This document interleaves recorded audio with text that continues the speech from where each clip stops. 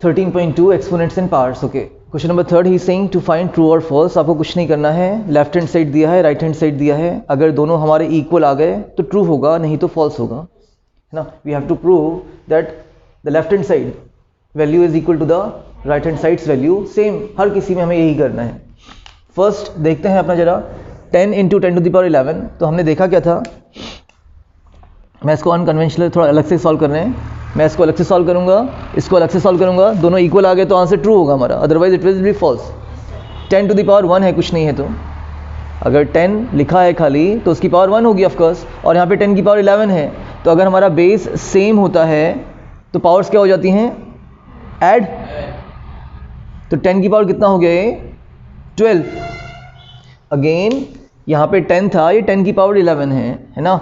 हमने बोला था जब बेस सेम होते हैं और मल्टीप्लिकेशन पे होते हैं तो हमारी जो पावर्स होती हैं वो ऐड हो जाती हैं। तो पावर्स को ऐड करने का मतलब 1 + 11 दैट इज 10 की पावर कितना है, 12 है। क्लियर था। हमेशा हमें रूल्स की ज़रूरत नहीं है, हम डायरेक्टली भी इंटरप्रेट कर सकते हैं। बेस को बहुत ईजी है कि आपके कितने 10 हैं, 11 10 है और एक एक्स्ट्रा 10 यहाँ पे है, तो टोटल कितने 10 हो गए, 12 10 हो गए। क्लियर था। 10 to 100⁻11 okay, it is 100 now, है ना। अब 100 को मैं क्या लिख सकता हूँ, 10 का square. There will be no problem in that. 10 × 10 is, और 10 स्क्वायर इज 100। तो मैंने 100 को क्या लिखा यहाँ पे, 10 का स्क्वायर, और पावर कितनी है उसकी, 11। नाउ ब्रैकेट के अंदर बाहर पावर्स आपकी मल्टीप्लिकेशन पे आती हैं। तो 11 2 22, ये 10 की पावर 22 है। तो क्या दोनों इक्वल थे, क्वेश्चन वाज दैट कि ये इक्वल टू ये है, बताइए। तो दे आर नॉट इक्वल। तो हमने अपना LHS अलग से सॉल्व किया है, दैट इज LHS, ये हमारा RHS है, और हमने दोनों को क्या प्रूफ कर दिया कि भाई ये तो इक्वल नहीं है। प्रूफ क्या करना था कि ये इक्वल थे, तो ये फॉल्स हो गया, हेंस फॉल्स। इतना सही काम करना है, hence false. This is not equals to that, तो ये फॉल्स है। क्लियर है क्वेश्चन, करिए सॉल्व करिए। जो बी पार्ट है इसका वो 2 to the power 3 बोल रहा है और 5 की पावर 2 बोल रहा है। नहीं तो हम क्या कर सकते हैं, यहाँ पे डायरेक्टली वैल्यू निकाल सकते हैं।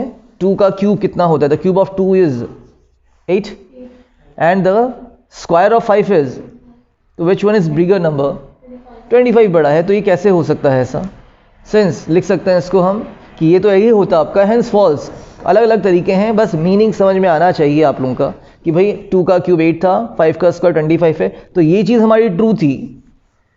नहीं, ये चीज़ हम ट्रू करते कि भाई 8 इज स्मॉलर देन 25, बट ये था गिवन, तो हेंस क्या है ये, अगेन फॉल्स ही है।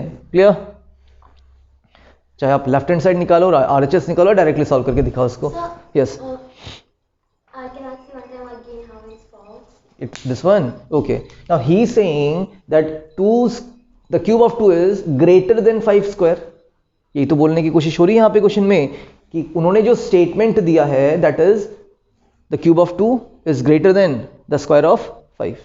Now we know the value of 2 cube कितना होता है, 2 into 2 into 2, 2 2 4 and 4 2 8, और जो 5 का स्क्वायर होता है वो कितना होता है, तो कौन सा बड़ा वैल्यू है, ऑफ कोर्स 25 बड़ा है। तो हम इन्होंने क्या देना चाहिए था, 8 is less than 25, but they क्या दिया इन्होंने, 8 is greater than 25।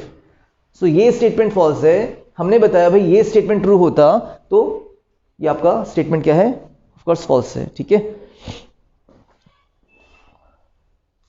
Next one easy one है आपका, ये कुछ नहीं है इसमें। 3 की पावर 0 कितना होगा, 1, और 1000 की पावर 0 भी कितना होगा, तो दीज आर इक्वल। तो आप यहाँ पे क्या लिख सकते हैं, डायरेक्टली ट्रू कर सकते हैं।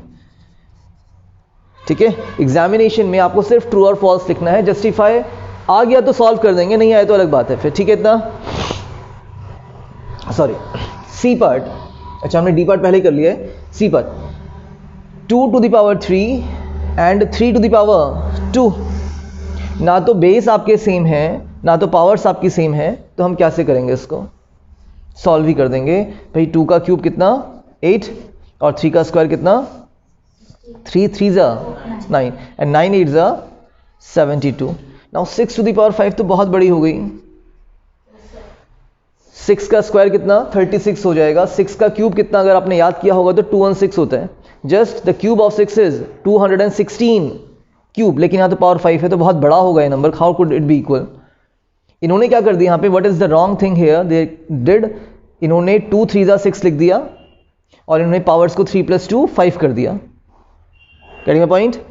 बेस सेम होते हैं तो पावर्स ऐड होती है, पहली चीज, दैट इज रॉन्ग थिंग।